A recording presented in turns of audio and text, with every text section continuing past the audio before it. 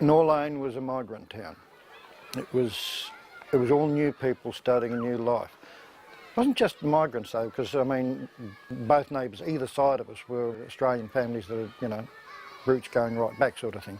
So we were the migrant and we had two Australian families either side, and then either side of them there were migrants again. So, you know, it was a good mixture. And that was the suburb. It was a new suburb with people starting new lives, starting in a new area sort of thing, and all young families, all young kids, and it was a vibrant sort of suburb. And I spent the first 18, 20 years of my life there.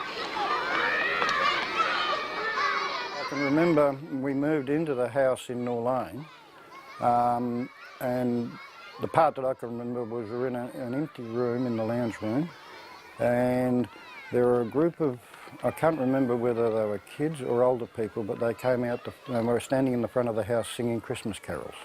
So it must have been just before Christmas, and there they were sort of in the dusk singing Christmas carols in front of this more or less empty house, you know, that we'd only just moved into.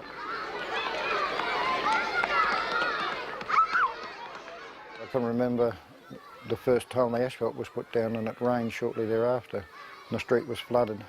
And we all went out and played in the water with nice black marks all the way up our legs because the asphalt was still floating, although the fresh tar was still floating on the water, you know.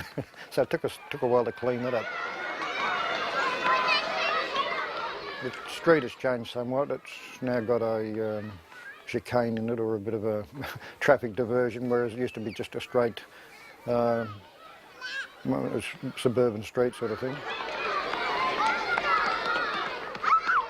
It's changed a lot from when I was a teenager and a youngster, and it's a town in my memory, or it's a place in my memory. I go through it, I drive through it. Occasionally I'll take a diversion and just see what the back streets look like, but I'm not as sentimental about that.